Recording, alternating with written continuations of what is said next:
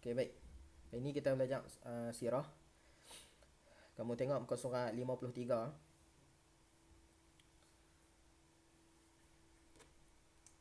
Tengok muka surat 53.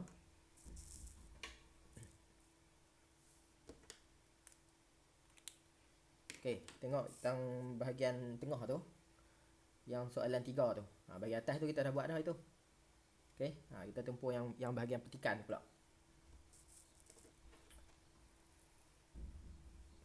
Okey, jelas ya.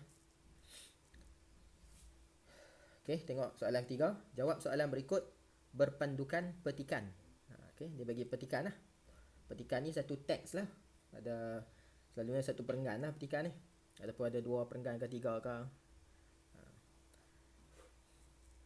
Okey, tengok dia, kamu boleh rujuk situ lah. Rujuk dalam buku tu. Apa Ustaz baca lah.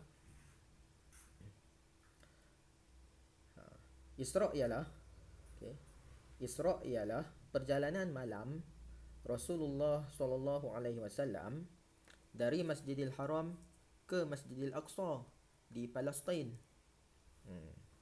Okay, tu dia bagi pengenalan lah. Isra' tu apa dia? Kan, dia habaq lah perjalanan malam Nabi dari Masjidil Haram. Masjidil Haram ni dekat Mekah lah. Tempat kita duk buat umrah tu. Kita duk tawaf tu, ada Kaabah tu. Dari Masjidil Haram ke Masjidil Aqsa. Masjidil Aqsa dekat Palestin. Yang ada perang tu. Okey. Tengok yang kedua pula. Mi'raj pula ialah perjalanan Rasulullah SAW dari Masjidil Aqsa. Dari Masjidil Aqsa tu, dekat Palestin tu. Ke mana tu? Ke Sidratul Muntaha. Ke Sidratul Muntaha. Kalau kamu tak tahu nak sebut tu, kamu bubuh baris sikit. Kan? Ataupun kalau tak bubuh baris, bubuh eja tulisan Melayu lah. Okay? Baca dia. Sidratul Muntaha. Benda apa Sidratul Muntaha tu? Iaitu ke langit yang tinggi. Langit lah. Tak tahulah tempat tu macam mana. Cuma kita kena percaya lah. Nabi dari Masjidil Haram ke Masjidil Aqsa. Lepas tu dari Masjidil Aqsa ke Sidratul Muntaha pula. Okay. Isra' Mi'raj ni kita kena percaya lah. Okay. Sebab dia disebut dalam Al-Quran. Okay, seterusnya. Peristiwa ini berlaku pada 27 Rejab. 27 Rejab. Setahun sebelum hijrah. Waktu tu Nabi berada di Mekah lagi. Nabi tak hijrah ke Madinah lagi. Bersamaan 621 Masihi. 621 Masihi. Tolak tengok apa tahun. Sekarang ni dah 2021. Tolak 621. Boleh tahu jarak masa dia berapa lama dah. Sebelum peristiwa tersebut, sebelum Nabi berjalan tu dari Masjidil Haram ke Masjidil Aqsa tu, sebelum tu berlaku satu peristiwa, iaitu dada Rasulullah SAW telah dibelah oleh malaikat Jibril dan Mikail untuk disucikan hati baginda dengan air Zam-Zam bagi membuang ketulan hitam. Kemudian diisi dengan hikmah ilmu dan iman ke dalam dada Rasulullah SAW. Okay. Jadi sebelum Nabi bergerak lah dari Masjidil Aqsa ke dari Masjidil Haram ke Masjidil Aqsa tu, malaikat Jibril Mikail mai kat Nabi. Dia belah dada. Okey. Dia bawa keluar ni lah. Dia sucikan lah hati dengan air Zam-Zam. Okey, cerita ni panjang lah. Okey, kalau kamu ada boleh beli buku ke apa, baca peristiwa Isra' Mi'raj ni panjang lah. Cuma kita di sekolah ni kita belajar secara ringkas lah. Dalam perjalanan Nabi dari Masjidil Haram ke Masjidil Aqsa tu, ada banyak lah peristiwa yang Nabi lihat.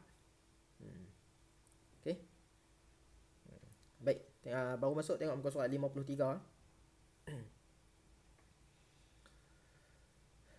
Okey. Tengok soalan 3.1. Dia kata, apakah pengertian Isra'? Ha, Isra' tu benda apa? Okey. Jadi kamu ambil lah.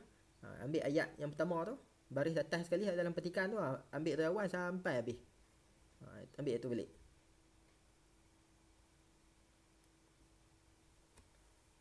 Okey. Ambil ayat dari awal tu. Ayat atas sekali, ayat nombor 1 tu.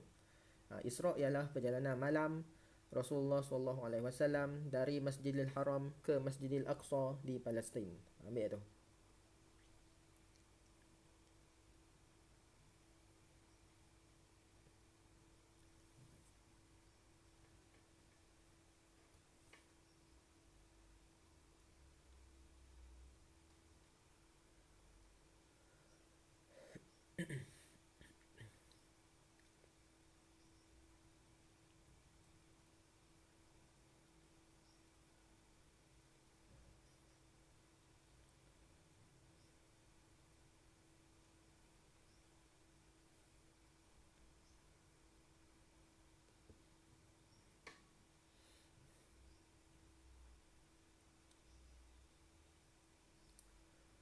Okey, baik. Habis lah. Habis dah kan? Okey, ingat dari Masjidil Haram ke Masjidil Aqsa. Dengan menaiki kenderaan lah. Kenderaan nama Buraq. Okey, Buraq ni kenderaan syurga lah. Yang Tuhan hantar daripada syurga turun ke bumi ni untuk Nabi naik.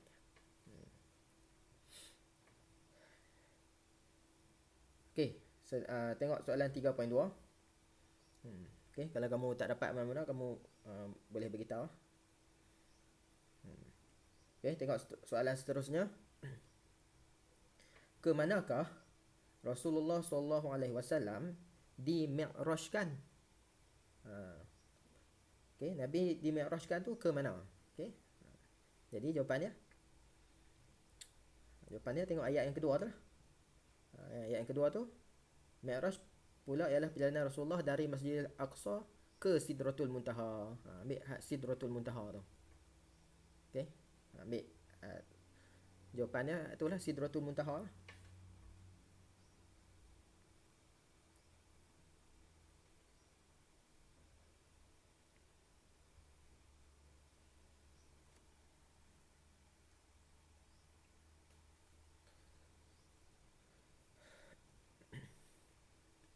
Okey, Sidratul Muntaha pun cukup dah. Kalau nak pergi panjang sikit, bubuhlah, iaitu ke langit yang tinggi. Okey.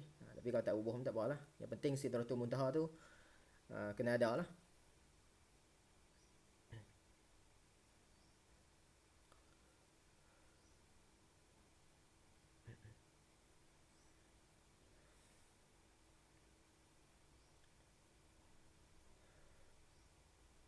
Okey. Seterusnya, yang 3.3 pula. Bilakah berlakunya peristiwa Isra' dan Mi'raj? Okey. Bilakah berlakunya peristiwa Isra' dan Mi'raj? Isra' Mi'raj ni berlaku bila? Kan? Jadi jawapannya ni senang je. Setiap tahun kita sambut kan, kita tengok di kalender budak tu. Okay, dalam petikan ni tengok baris yang ketiga tu. Baris yang ketiga, tengok ayat yang baru tu. Peristiwa ini berlaku pada 27 Rejab. Okey. Ini kamu tulis itulah. Duk tulis 27 Rejab.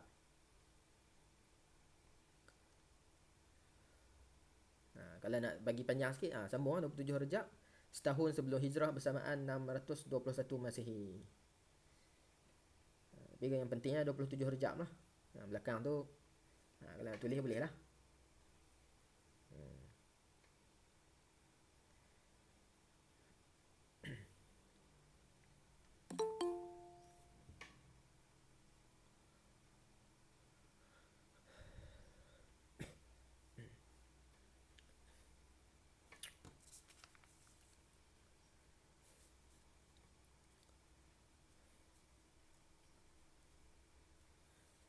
Okey, baik.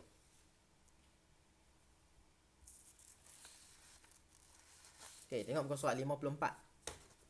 Okey. Tengok muka surat 54 pula. Sambungan daripada soalan sebelum tu lah. Daripada berpandukan petikan tu. Tengok soalan 3.4. Dia kata tulis dua nama malaikat yang membelah dada Rasulullah sallallahu alaihi wasallam. Okey. Malaikat apa yang belah dada Nabi? Okey. Ni tengok petikan tu lah. Yang pertama malaikat Jibril. Buah Jibril. Yang kedua malaikat Mikail. Okey. Tengok baris yang keempat. Hujung sekali. Dengan baris yang kelima depan sekali. Okey. Tengok situ. Ataupun kamu nak cuba eja pun boleh. Kan kamu tengok petikan, cuba eja tengok. Jibril macam mana eja, Mikail macam mana.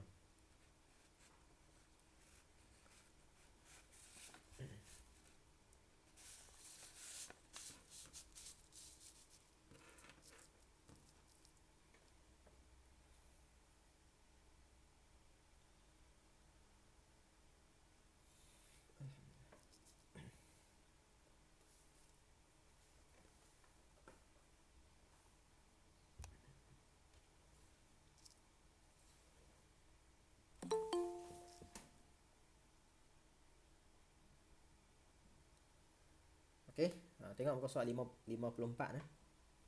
Baik, tengok soalan 3.5 pula. Okey.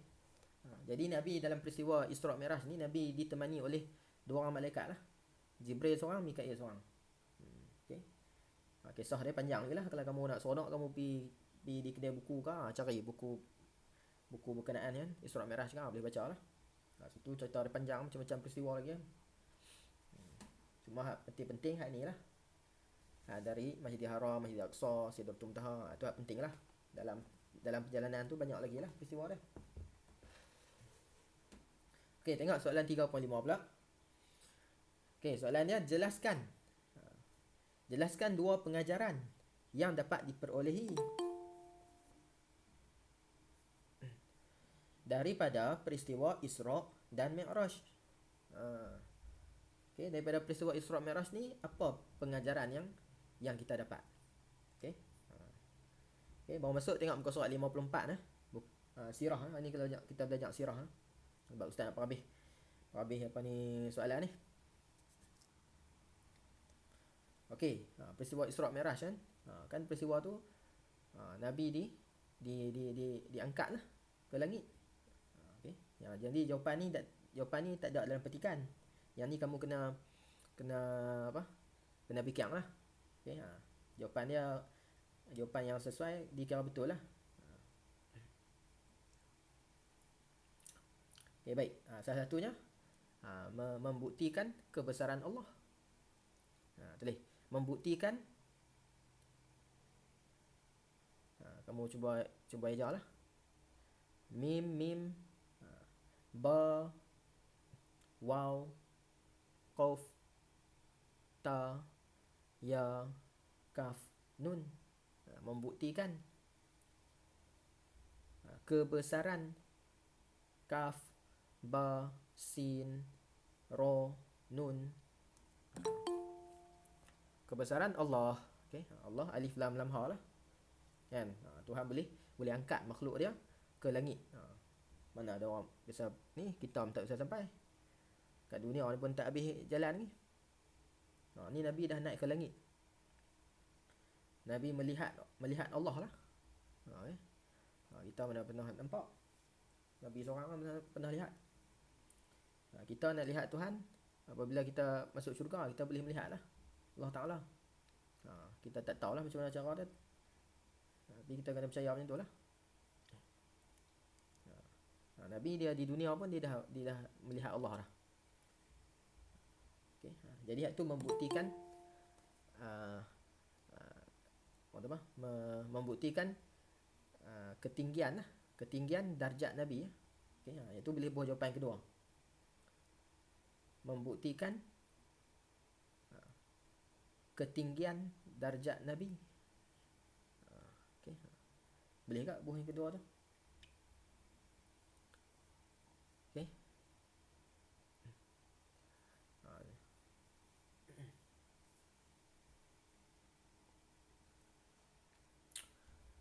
Maksudnya kemuliaan Nabi lah. Nabi boleh naik ke langit dan melihat Allah. Okay. Mana ada orang lain? Orang lain mana ada yang boleh melihat Allah? Nabi seorang lah. Ketika di dunia ni. Nanti di syurga nanti boleh lah. Okey. Baik. Jadi kalau kamu ada jawapan lain pun boleh juga, jawapan yang bersesuaian dengan peristiwa Isra Mi'raj ni boleh juga buah.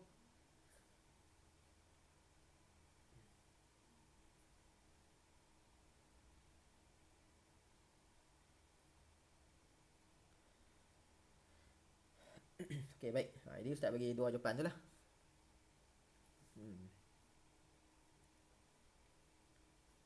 Okey, baru masuk tengok muka surat 54 ni. 54.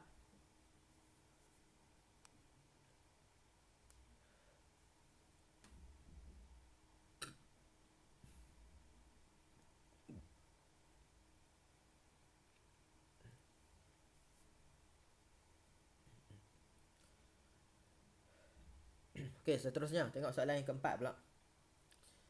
Okey, soalan yang keempat pula. Jawab semua soalan di bawah. Okey, ni kena jawab. Jawab ni tak ada petikan.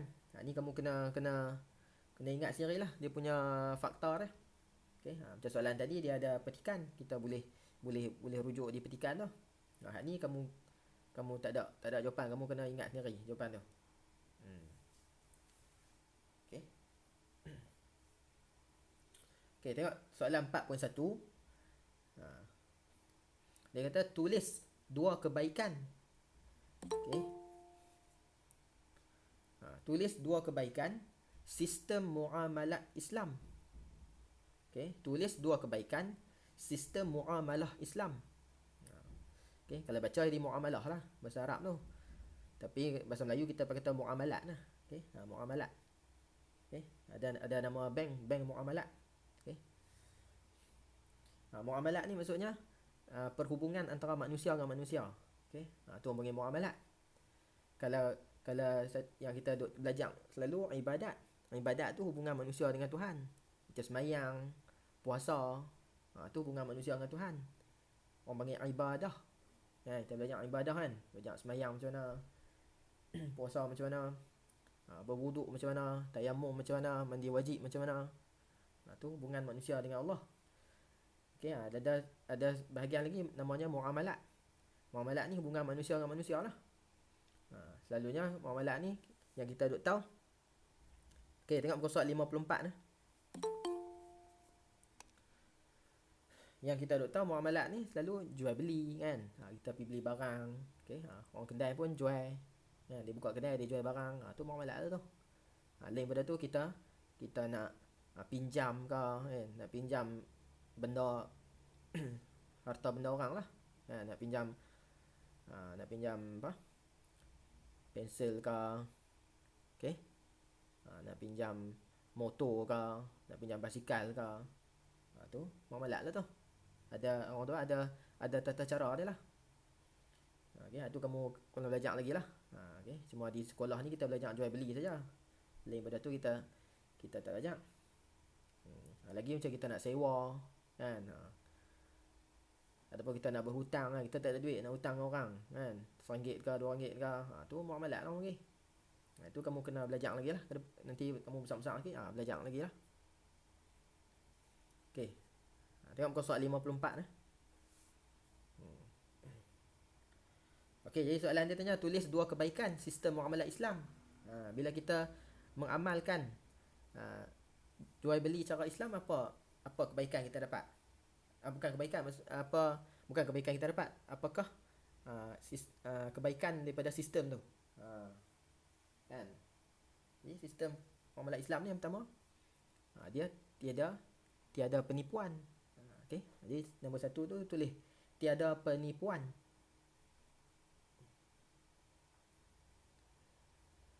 Okey, tiada penipuan. Nak jual beli barang tak boleh tipu. Okey, kalau barang tu tak elok, kena bang. Barang ni tak elok cik, kan. Ataupun barang ni barang lama dah, kalau cik guna ni boleh lah kan. Tapi tak apa nak berkualiti lah, kena bang lah. Jangan buat sengap lah. Ataupun barang tu rosak ke, kita bang lah. kan. Kadang barang tu boleh guna lagi, cuma dia tak apa nak elok kan. Setengah orang dia nak beli, setengah orang dia tak mau. Okay, tu kita kena abang lah. Tak boleh tipu, kita tak boleh abang kata ni barang ni elok ni, kawan tu baru guna sehari 2 hari lah lingkup terus. Tu tak boleh lah. Okay. Jadi orang Malay Islam dia tak bagi macam tu sebab penipuan. Kalau lain pada orang Malay Islam, macam setengah orang bukan Islam depa ikut dan depa tipu orang lah. Tipu orang depa kata cepat gaya. Kan, tu tak boleh, jadi haram lah. Okay, baik. Pertama, tiada penipuan. Yang kedua, boleh adil. Okay, adil.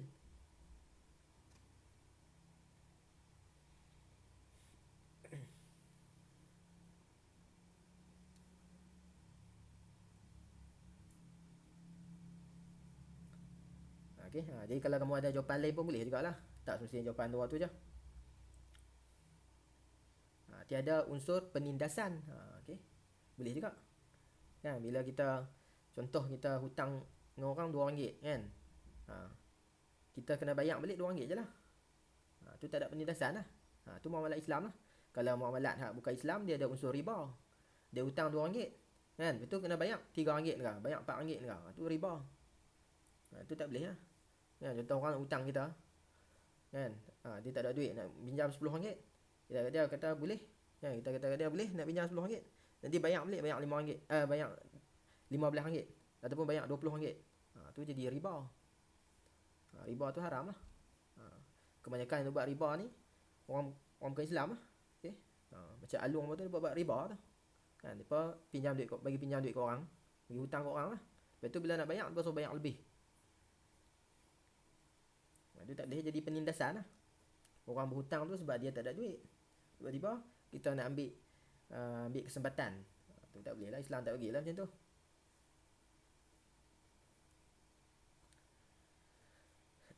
Okay, baik. Jadi jawapan lain pun boleh boh. Tiada kezaliman ke, okay, apa-apa lah yang kamu fikir nampak macam bersesuaian tu, boleh bubuh lah.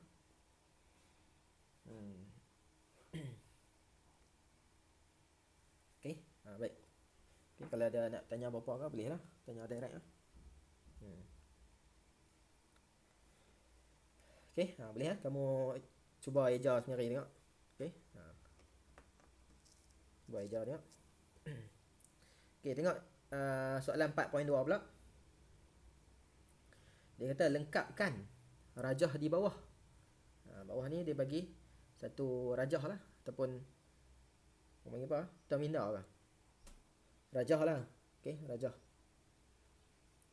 Dia buat kotak-kotak tu kan. Dia tulis tu langit pertama Nabi Adam. Langit kedua, dia suruh isi tempat kosong. Langit ketiga Nabi Yusuf. Langit keempat, dia suruh isi tempat kosong. Okay, jadi langit-langit ni peristiwa Mi'raj lah. Okay, peristiwa Mi'raj kan. Mi'raj kan dari Baitul Maqdis ke Sidratul Muntaha kan. Okay, daripada situlah Nabi naik satu langit ke satu langit. Mi'raj ni maksud tangga. Okay, Nabi pijak atas tangga tu naik ke langit pertama.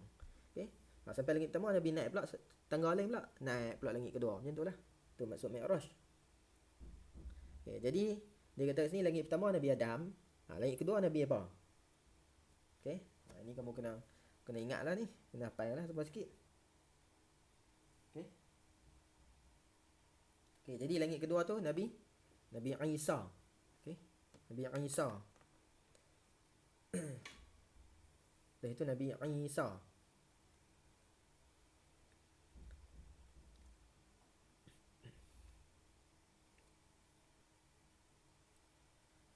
Nabi macam biasalah, tengok atas tu lah, nun ba ya. Okay, Isa ain ya, sin ya, ya tak ada titik tu. Okay, maknanya ya tak ada titik tu bukan ya tu alif. Okay, cuma bentuk tulisan dia macam ya lah. Tu maknanya alif tu. Okay, yang kedua Nabi Isa. Okay, ataupun satu lagi Nabi Yahya pun boleh, Nabi Yahya. Okay, tapi kamu tulis satu pun cukup dah jawapan dia. Tak apa, tulis Nabi Isa lah.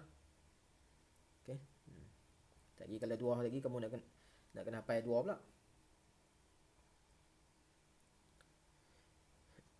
Okay, baik. Seterusnya langit ketiga Nabi Yusuf. Okey, jadi Rasulullah dia pijak atas atas Mi'raj lah, atas tangga tu. Tangga tu naik sampai langit ketiga. Okey, langit ketiga Nabi dia minta izin dulu nak masuk situ sebab setiap langit ni dia dijaga oleh malaikat. Okey, malaikat tanyalah macam mana kamu ni siapa? Kan? Banyaklah tu dia kata cerita dia panjang lagi lah. Ringkas dia macam tu lah. Jadi malaikat pun bagi Nabi masuk ke langit ketiga. Bila Nabi masuk ke langit ketiga, Nabi jumpa Nabi Yusuf. Kan? Lepas tu naik pula tangga lain. Naik pula ke langit keempat. Langit keempat jumpa Nabi Idris. Okey, langit keempat jumpa Nabi Idris. Okey. Eja Nabi macam biasalah, nun ba ya. Idris alif dal ra ya sin. Okey, alif dal ra ya sin.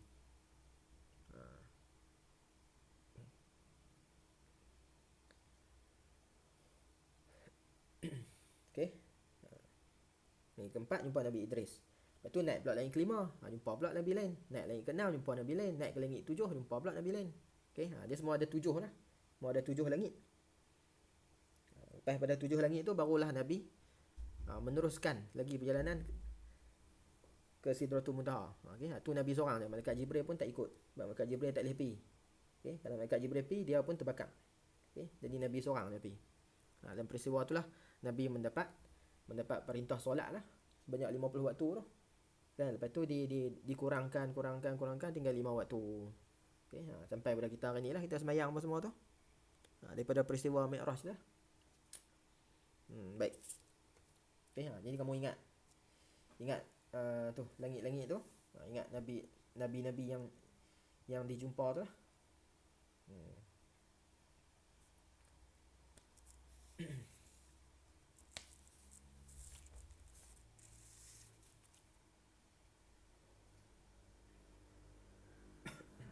Okey, baik.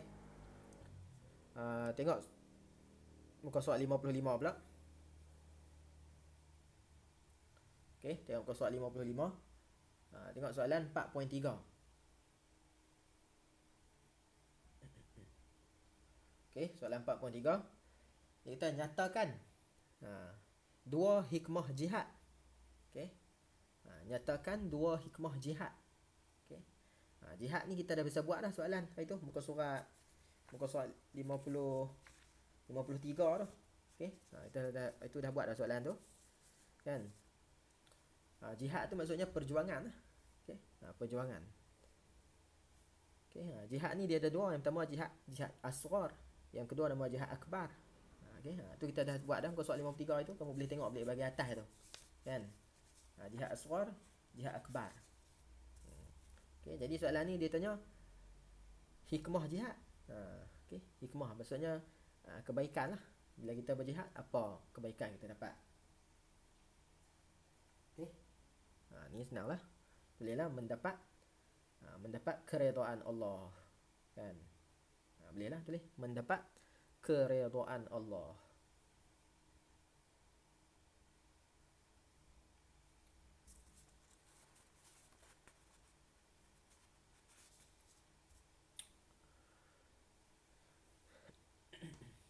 Okey, tulis mendapat keredaan Allah. Okey. Jihad ni bila kita berperang kan. Berperang apa? Menegakkan agama Islam lah. Dapatlah keredaan Tuhan. Ataupun berperang mempertahankan negara. Contoh, negara kita ada orang main serang, kita kena bertahan lah. Bertahan tu dapat pahala tu. Kalau mati syahid lah. Tu panggil jihad.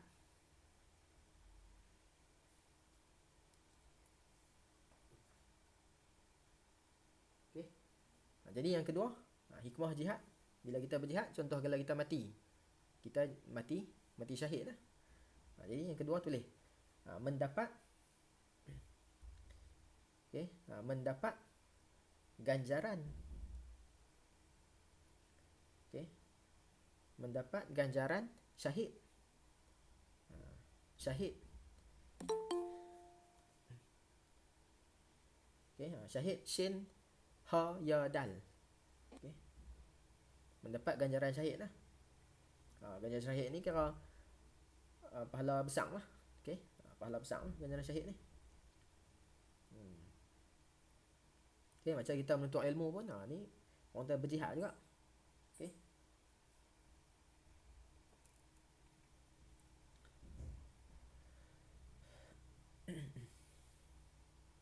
Okey, jadi kalau kamu ada jawapan lain pun boleh bubuh kat situ. Okey, bahagian subjektif ni dia terbuka lah. Okey, dia open lah.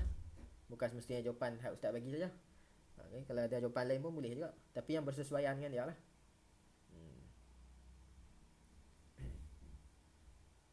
Okey, tengok 4.4 pula. Okey, dia kata tulis 2 akhlak Rasulullah SAW. Akhlak ni maksudnya sifat lah ataupun perangai. Okey. Tulis 2 akhlak Rasulullah SAW sebagai pemimpin negara Islam yang patut dicontohi. Pemimpin lah. Pemimpin maksudnya ketua negara lah. Paling tinggi sekali Nabi lah. Okey, waktu Nabi hidup ni kalau Nabi jadi ketua. Nabi lah yang membuat apa ni, nak mentadbir lah. Okey, bagi arahan kepada para sahabat. Okey. Para sahabat macam rakyat lah. Okey, Nabi bagi arahan. Jadi depa ikutlah. Okey, bila Nabi meninggal, ganti pula dengan sahabat namanya khalifah. Okey, tu ustaz dah terang banyak kali dah tu. Khalifah. Okey, baik. Jadi akhlak apa yang patut dicontohi? Okey. Akhlak ni senang je, kamu buahlah sifat-sifat mulia. Kan? Buahlah baik. Okey, buah pertama buah baik. Kan? Okey. Baik, ba alif hamzah ya qaf. Ba alif hamzah ya qaf. Okey, ni buahlah, buah kira buah sifat-sifat mulia lah, kan? Sebab Nabi dia semua sifat mulia. Kamu buah habis sifat apa pun. Baik, adil, okey. Adil. Ain alif dal ya lam, adil lah. Okey, adil maksud tidak zalim lah. Okey. Dia mentadbir dengan baik lah. Okey. Adil, bertanggungjawab. Buah biar apa-apa pun. Nilai-nilai murni tu, buah tu. Suka menolong. Okey.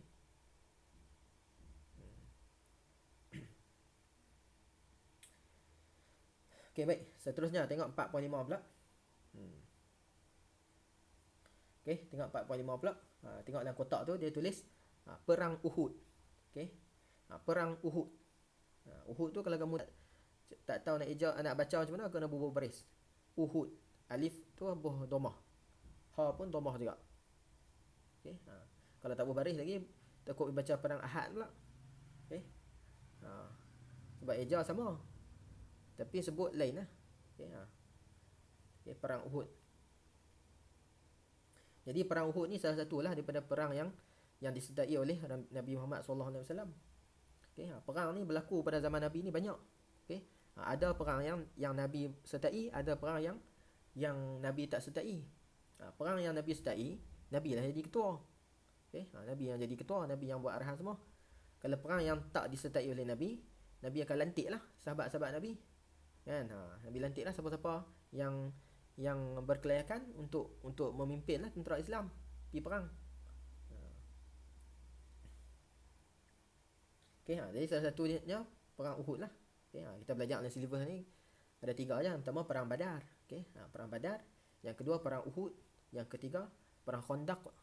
Okey, itu yang kita belajar dalam silibus lah. Tapi ada banyak lagi perang tu. Okey, jadi perang Uhud ni okey, kita tengok dia punya soalan. Lengkapkan carta di bawah. Okey, lengkapkan carta di bawah. Okey, dia kata situ ketua tentera Islam. Ketua tentera Islam. Ini senang je, bubuh Nabi Muhammad SAW. Okey. Bubuh Nabi Muhammad. Nabi Muhammad saja boleh. Bubuh sallallahu alaihi wasallam. Ataupun nak bubuh Rasulullah sallallahu alaihi wasallam boleh tak? Okey. Itu ketua lah, ketua tentera Islam lah. Sebab perang Uhud ni Nabi sertai. Nabi, tapi dalam perang Uhud ni Nabi cedera lah. Okey. Ada cedera sikit lah.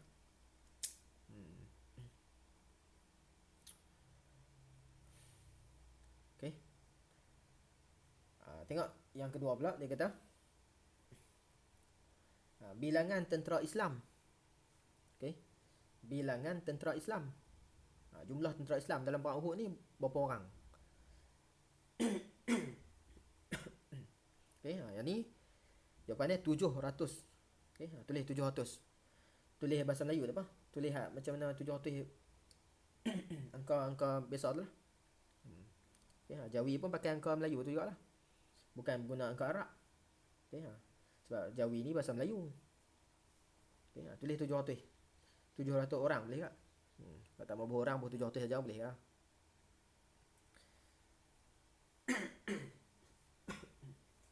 Okay, jadi tentera Islam 700 orang yang menyertai perang Uhud ni. Okay, tempat perang. Tempat perang tulis kaki Bukit Uhud. Tulis gitu. Kaki Bukit Uhud.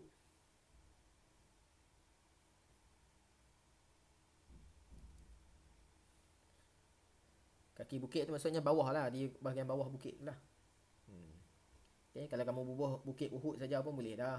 Okay, buat sajalah, bagi panjang sikit jawapan tu. Kalau kamu bubuh Bukit Uhud pun boleh dah. Uhud ni nama tempat lah.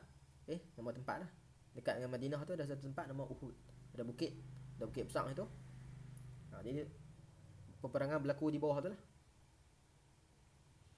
Jadi kalau kamu pergi di Madinah tu, di satu kawasan nama Uhud tu, kamu boleh nampak lah. Okay, boleh nampak lah Bukit Uhud tu.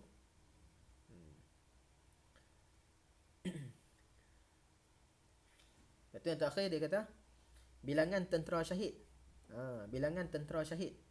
Maksudnya bilangan orang Islam yang mati syahid di dalam peperangan Uhud. Okay, bilangan tentera Islam. Setelah itu 70 orang. 70 orang. Okay, orang tu bagi dah jawapan. Tulis 70 lah. Okay. Jadi dekat kawasan Uhud lah ni ada tanah perkuburan lah. Okay, tanah perkuburan syuhada panggil. Okay, syuhada tu orang yang mati syahid dah dalam perang Uhud, ditanam di situ lah. Okay, salah seorangnya pak menekan Nabi lah. Okay, pak menekan bapa saudara iaitu Saidina Hamzah. Okay, Saidina Hamzah ni meninggal dalam perang Uhud tu juga. Dia dibunuh lah. Okay, jadi di kawasan Uhud tu ada satu tanah perkuburan. Okay, kuburan sahabat-sahabat Nabi yang meninggal lah. Okay, kalau pergi ziarah tu boleh lah. Baik. Wallahu a'lam.